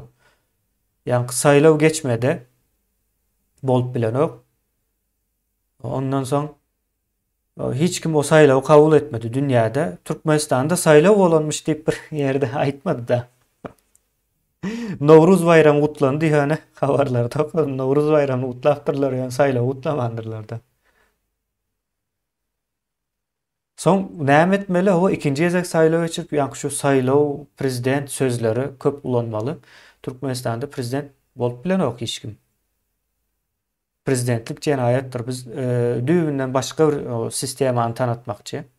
Ýa-ni öňkü Seljuklu döwrümizden gelýän däpler üstü bilen ýa-ni däplere meňzeş. Ya da şo taýdan ilham alınıp Yani Türkmene layık gelen bir şekilde bir modernleşen bir sistemini tanıtmakçı biz. O zatların üstünde işledik, tayarladık. Indi şu an şonu berkitmeli vakti. Ha bular näme diye? Prezident saylaw. Şu sözleri köp ulanýarlar ve aktivne meripiyatiye diýilýär sapara. Çäre söz var ayna Türkmenlerde. Doğru. Çäreden çäre agatlamak sözü. Yine şu aktivne meripiyatiyedir. Yankı vel saparam şu aktivne meripiyatiye geçirýär. Yankı kıbının protokolunu yerine getirýär. Yani aktivne meripiyatiyany birinci kıbı orta attı. 50-nji ýyllarda. Yankı ol näme? Mysal üçin şu ýyl gaty köp hasyl aldyk diýip ol daýhanlary jemläp bir ýere ellerine paxta ýene bir zat alyp şonu ýaly bir iş geçirip onam kamera düşürüp ekranda görkezýärdiler, habar edip. Propaganda. Propaganda. Doğru. Yine bu kıbının aktivne meripiyatiyasıdır. Propagandistlere yani bizimkiler jurnalist diye vuruyor. Propagandistler jurnalist deyip buranok. Haçandan her kıbının Geldiysen atıyor yerler. gahar edýärler. Başka da. O hüneri Sovet demesinde okudulan o. Yok, o yala hüner yok. O MGU'nun tort diye onun MGU jurnalist fakülteti var. Yani jurnalist seçtirir, o propagandist seçtirir. Öyle devletini demedi yani. Ne yani ortada televizörlerini seyredip göreyim. Şu taydaki Kisilov deydi. Salavyov deydi. Jirnovskiy nam goşup biler hatta şu taýy. Yani Sabayo Sabiyo yani bir kıyılma var açık girýärler bunu ýirenç. Ne jurnalist mi jollarında toran mı? Ya bizimkilerin hemmece soňa meňdep durur. Geç sakkallysına çawuşyny o beýleki kelbir var. Soňa hemmece meňdeşdir. O jurnalistika değil propaganda. Yok propaganda. Karan uruş gidip uruş değil diýmediler. Yok propaganda ýöne kimin propagandasy ýene? O taýy wajip bere. O iyiler var. O eýelerin propagandasyny edip berýär. O nemeleri mekreakları iki tarafa da neme diýerler. Venedik diýerler. O hem Putin'e hem o tarafa hem bu tarafa. Ben o ýaşaýar. O da var. Bizde de var mı kendi yani ýokşan şon ýaly bolmaly. Ýokşan anly gurban mı? Ve onun ama hekayesi katı gyzykly sapara. Ben hayran kaldım. Tanımam olmaz köpeklerini yani. Neme mayak böyle yani aparisyon ýalar edip görkezýärler de. O zaman Gazprom'un nemesi. Hawa. Eha Moskwy diýdi bu mayak. Ona ama o Venedik yapacakmış, yaptımış, yapyamış deyip o. öyle köpten bäri öyle apasany ýaly kolup çykşaýar. Köp nemede şu nemen garşysynda ýaly kolýar döwletiň nemet diýär. Yani Zhirinovskiň bir beýlek formasy, intelligent formasy. O Zhirinovska nemen klowny. Ýene de bir aýalam bar. Deputat bolup görünür. Long hemmece yani Türkmenistan demedik göreyim. Şoň nemesler yani parodiýasy etliýärdi bolmasa nemes. Öňe meňdeşdi.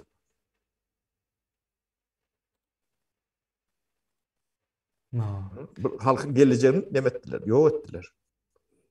Yani şu an Putin'in yani orsun geleceğini ýok etdi. Ors milleti vay gününe. 100 ýyllaryň suatları yemet bilmeyen. Yok sapara ors bitdiğinde ors bitirýärler. Yani sanksiýalar hem ädim alyp barýar ýöne görünüşe görä sapara yani NATO eskerlerini ýygdy da. Şu iň soňunda dünýä howp awanýan bir döwlet hökmünde görülüp ýatyrylyp bilinir. Yani Orsaýdyň güýjüni dolu alandan soň girip ýatyryp bolýardy onu. Ay şu atımlı bomba ulonca nukleatik şantaj neme diye o da Oşoň atom yani bombasam ýokdur saparamen. o da tüýre. Korrupsiýanyň bolan ýerinde Nemedin bir zat satandırlar diyen mi yani? döremel däl, onu satandyrlar, bar diýip ağlaýandyrlar Putin'e. Ýa-ni Şoýgu näçin ýitip gitdi? Yönlemeden yani Severni Koreýadan raketi almalı gidip nemeddir diýär. Şoýgu mu? O. Şu görmäne test edýär, olam ýanynda bolmaly ýa-ni. Yok, bu yemeleri snaryatları yeten oklar, şonu almalı. Bunun nemeleri bu torttur. O neme ine yaralary hemme zady yalan ekende, raketalar hem azalypdyr diýär. Indi artilleri nemesini ulanýarmyşlar köprek. Olam gutarmana dogry gelýän bolmaly. Hemme zady yalan bularym. Ýa-ni Bir millet kırılıyor. Şoňa jalky gaty nefsi dağılıyor. Ukraina'da. Bizim yerimizde de şolary görüşýärler. Ne şu Rus imperiýasynyň garşyna nemediler. bu zatlar yalan indi orsu bitirýärlerse gatkan neme ýygdy NATO eskerlerini ýa-ni Amerikada gatkan getirdi. Eň soňunda şu Orsaýdy basyp ýatyryp bir gidenem karz neme derler ýa-ni Ukraina beren ziýanlar üçin. Aşağından çıkıp bilmeýär. 200-300 ýyllabam çıkıp bilmeýär. Sebäbi ýa-ni nemisler ýalak millet däl de ors ayağa galyp bilýän millet däl olar. Olar yalanlaryň içinde ýaşap ýör hakykatda. Kemine şulon yani Ukraina oýun şertlerini meje öňetdirýärler. Denuklearizasiýa diýýär. Da ortalar şu Ukrainany denuklearizasiýa diýmetdiler de. O ne öýleri şoňa kendi ýetirirler. Soňam dargamalydyr. Şu bizim hipotezamy neme diýen gaty kän tarihçiler nemeler bu imperiya gutordu. Nemen Rus imperiýasynyň soňu geldi. Ideologiýasy. Yani ýaşamasy dünýä hop salýar. Çoňçylygy derler. O 21-nji asyr bilen hem kywapdaş däl. Ýöne Türkmenistan döwlet bolýan bolsa şu zatlara yani reaktiw bildirmeliler. Öz pozisiýasyny ne biz aýdyp oturýar pozisiýamyz. Sen demäň belletmeliler. Bu nemede neutral galyp bolanokda.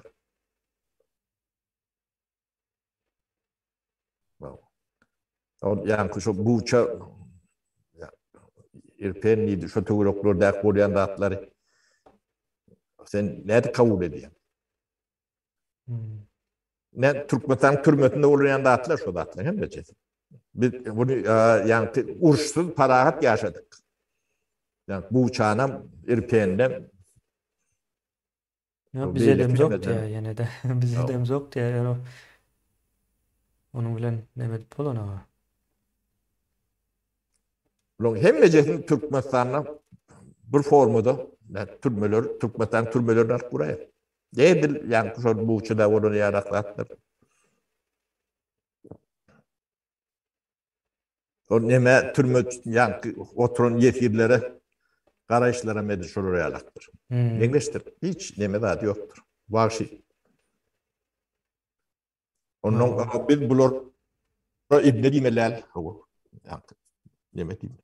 O son buların cezası näme olmalı? Ine yakmalı diýse hem o yani özler çıkıp bizi yakman diýär de yani. Yakacak bolýar. Haky ýok. Kemine bir milleti defelep namatna çenli nemeden soň sen onu ýadyp ýaşatjak. Kemine.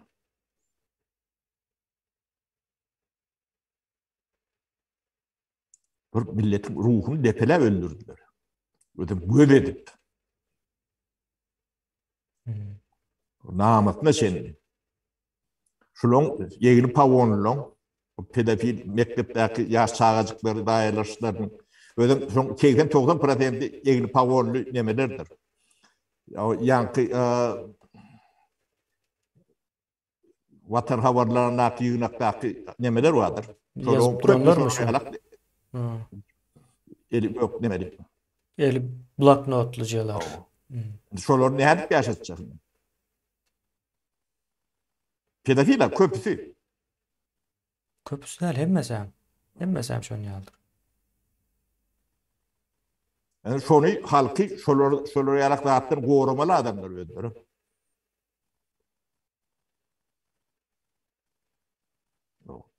Adam şu. Hukuk koruluyor.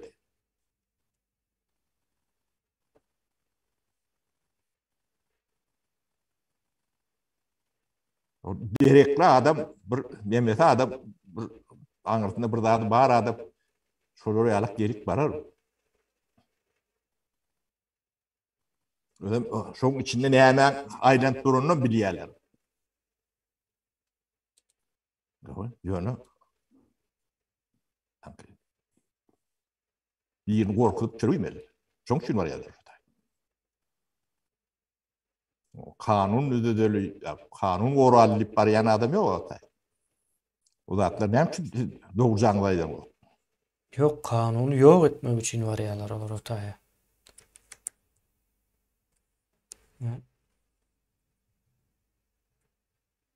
Sapara. Kendine bu ibnelerden devleti almalı, başka nemesi yok. Yo biz o şartlarımızı aytmalı. O şartlar o dinlerler dinlemezler. O dinlerler dinlemezler. Onların öz nemesi. Mesela bizim şart o vermemizin anırsında bir karar yatandır. Biz şu karar yankı şu karara doğru gönügüp işleyez. İşlemelen bolur. Şonun üçün halkın üstüne düşen adam yankı onluklar şonu elmidama aydvam geliyaz. Yadımızdan hem çıkan onlukları döredim. Bellep gezin o katken nemeğinize kömeğinize yarayacaktır. Neme kemine ne Ukraynalar karar kabul ederler, yem etçe korkuyorlar. Şu savaşta yani savaş kanunun başına yani edilen cinayetler var da. Çağa doğrulama, öldürme, nemetme nemeleri var. Eli yarasız yaşayışlar öldürmek. Ne şolong edin cinayetin mühreti yoktur, programı yok. Şolar dünyanın niretine de orada şolar yok ederler, etmediler. İzarlap öldürürler. Yankı. Görünüp dur. Yaşama nemesi tanınmaz. Ödüm ne hukukun ağır başı. Şodur. Yani, adam öldürmek, yani, ölüm cezası yok. Kat değil ya olun. Şoňa bağdır. Ne Türkmenistanak bolanda atlagym hemmeşe edin. Bu şuda olun yarak ýagdaý. Sen mektepdäki ata-denesi Türkçede işläp ber, çağını doğrulap berän militerimiz kener. KGB-şniklerimiz, prokurorlarymız kener. Döwlet wezifetine adamlar demedi. Garyp gatarın çağatı eden o. Ya sowatsız, bilimsiz, kärsiz, hünärsiz, hukuksuz adamlar eden o. O eline tuzak var adamları diyorlar. Şolong hemmece bilinmelidir. Bu demek yoktur. Kavra istekten yerin aşağıdan çıkarır. Bu dünyanın tarihinde bolondur. Bulur yarak tecrübe bağdır. Bizim ulanmalıdır. Hakman.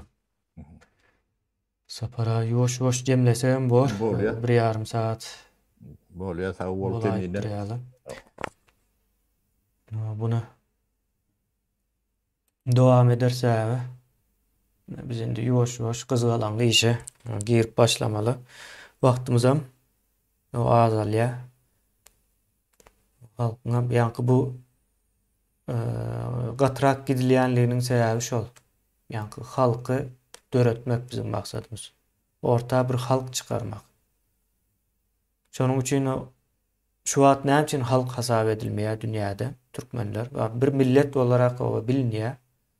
Aýratyn bir mesele millet hökmünde bilinmeýär. Ýöne halk hökmünde bilinen o.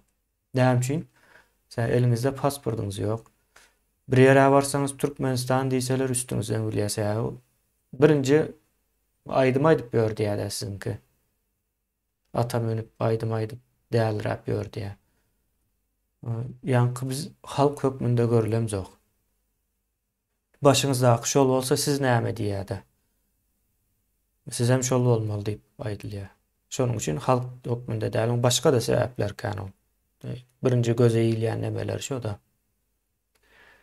Soň ine biz şo ýalňyşlary aýdýas. Ine size daşary ýurtdaky adamlaryň aýdýan ýalňyşlarynyň elli özüni biz aýdýas. Biz hem aýdýas. Üç köşük bir zat aýdamzok. Şu zatlara o kabul eden Türkmenler halk bolýandyr. Kabul etmedik. Halk bolup bilýän däldir. Bize de halk gerek. Biz hem diňe halk bilen bile işleşip bilýäs. Bu şu ibnelere boyun bolýan halk bize gerek geldi. Hawa. Onu halka bolmaýar. Yok bolup bilen ok şonuň üçin gerek. O ibnelere boyun bolýan oradan gujaklaşypdan ýatyn şolar bilen ol. Täze Türkmenistanyň halkam täze boljakdyr. Ýani dogry düşünjelere eýe bolman halk bolup bilen zok. Täze Türkmenistan hem kabul etmeýär. Şu wagt dünýäniň hiç bir ýeri kabul etmeýär ýaly. Hiç bir ýere gidip bilýäňizmi? Bir Türkmen bolup arkaýyn dünýäniň islan ýeriňize rahat girip çykyp bilýäňizmi? Bir döwlet ýalyk döwlete. O şu wagt Türkiýe gawaly galdyňyz. Türkiýede de ýaşar ýaly şu wagt. Indi Türkiýede alan onu. Hawa. Orseýede çykdyňyz, Orseýede medil şonuň ýaly. Olam gawaly galdy. Dünýäniň hiç bir ýeri bilen gatnaşygy ýok şu wagt. Unda diýmek o biz halk bolmagy bejermeli, o birleşmegi däl. Halk bolup bilseňiz bir şu birleşme söz vardır, ine odan söz. Şonu ýerine ýetirýäňiz. Diýip kabul edeli, o ýerine ýetirdiňiz diýip kabul edeli, birleşdiňiz diýip. Halk bolup bilmeli birinji. Ukrainlary kucak açyp kabul edýärler. Ýöne ort pasportlaryň bar da. Olary Ukraina'da de beren okur. O şu gamingden ýerine gitdi ýadyr. Hakykatda jeýle. Mysal üçin men niye Putin'in karşısını işletmiyorum diýip neme düşündürecek bolýar. O gaming ýanyna gitdi. Ýani neme Şandrovç var. Şoňa da Polşada ýani neme kwartira neme bol krealjak boldy beren ok. Ort pasport bar. Onu men gatwyram ok diýdim. No, hak edýär.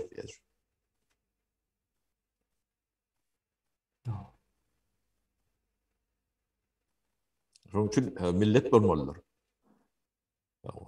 Ne millet bolmagy üçin şolong diýen watanyň gorýar. Watan duýgusy bolmaly, watan duýgusy. Öyle demeň içinde yani Ukraina'da ortken. Şolaryň borçyň garşysynda.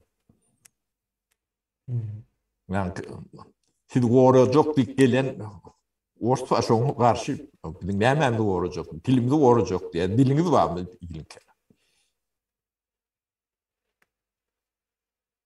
Propaganda etdirip görün atlar. Dilem yalan hemme adam yalan olaryň. Hemme zat yalan. Ýani habarlarda aýdýar diýär dünýäniň bilişi ýalyk o goşuny ýok eken diýär Orsun. Bu zatlary öňünden hem anyklap bolýar onu. Bilip bolýar da. Ýani Orsun ýani bir korrupsiýanyň ösen ýerinde hiç haçan akyl bilim durup bilýän däldir. Çykmalan däldir. Yalandır. Bar diýän bolsalar hem yalandır. Edil Türkmenistandaky ýaly. Hemme zat güläle güllük görkezilýändir, ýöne yalandır. ortaya edemedil şonuň ýaly ekenine. Demek kemine bizim bu düşünmeyen nememiz var da. Hani bir Sovet nemesinde yetişen son şeyler aktır. Şu yalan uğurluktan o bervet tattı. Aslında uğurluk yalan başka nemesi yok Ýalanyň da. özü uğurluk. O. Ona sen devlet ideologiyan yalan. Hem medadım 24 saat şu televizor o yalan sözler. Onu da halkım alışya neme diye. Sonra onun şeydim kendiydi.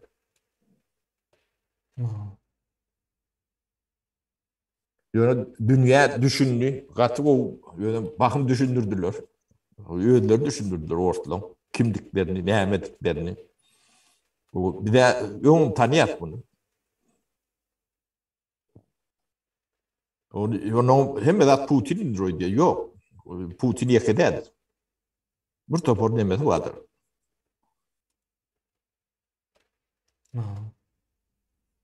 Onu düzeltecek olsam düzeltirdim geçen. Yo, indi yıkılmalı. Yıkılmak, düzelmek demektir aslında. Bundan sonra şu yani sözlerin manysy ütgeýändir. Belli bir nemeden geçenden soň. Düzelmek demek, yıkılmak. Ben ortaýalyp ödün alıp çıkıp bilen millet bolur. No. Onun şulun tarihine yani ünit verin, doğru okuyacak bolun. Şu ortaýadyň teritoriýasyna birleşdirilen milletler vardır. Yüzlerce millet vardır. Türkmenin biridir. Şolun hemmejesi dine gan bilen, özüm zalim gan bilen girendir. Ne Türkmenin Göktepe'si vardır. Tarihi galan, yani beýleki nemelerin sonunun yanaý däldir. Gudnokda yatan çağlar şunaydan öldürülündür. Erkek çağlar olsa. Şolar ýalak wagşylyk bilen yani Ors paçatyň nemetine gatylandyr. Hemme beýlek milletlerim şonalaktır. Yani Sibirdäki nemeler var, şonuň hemmesi haýsyna dereden yani parahat o gujoklaşyp barandy ýokdur, ýeke birim. Kavkazda 100 ýyllap gan dökülendür. O kämilletler durşuna ordandır. Bu kaçıp da oradan da Türkiye'ye yetendirler. Çerkezler, eylekler, beylekler vardır, abadlar var. Bine gan bilen nemediler. O son nemeden soňam öz cellatyna hyzmat etme nemedi vardır adam nemeden. Adam zaten. Ne ayrıgaçtır. Onun öýdi ýalak göğünden ümmetler ors bolýarlar da cellat. Yani soyguny alıp görün. Yani tuwamy yani şu millet. Bu milletin büyüğü bilen kökünü kırılan. Yani şu vekiller. Sapara. Şoýugy diýdiňiz şoýguny göremiz okşan. O günde çıkýat ekranynda ýok. Uruş başlandan bäri ýitirim. Bolýa sapara Cemläli o wagt. Bolýa ýyllaşlar taw Gurrun etdik. O aýdyň çağıran bolsa bundan hem uzajak eken bu tema. O bağışlan deme käbirlerin atlaryny deme diýen bolun ýöne ben aýtmasam aýdan ýok da. Maňa ýetirmeden däl bolmasa siz aýtmaly bunu. Şonuň ibne digini bilin. O şondan soň nemeler çözüp başlar. Atlaryny dogry goýmaly bolun. Bolýa sag bolun. Bolýa sapara sag bolun.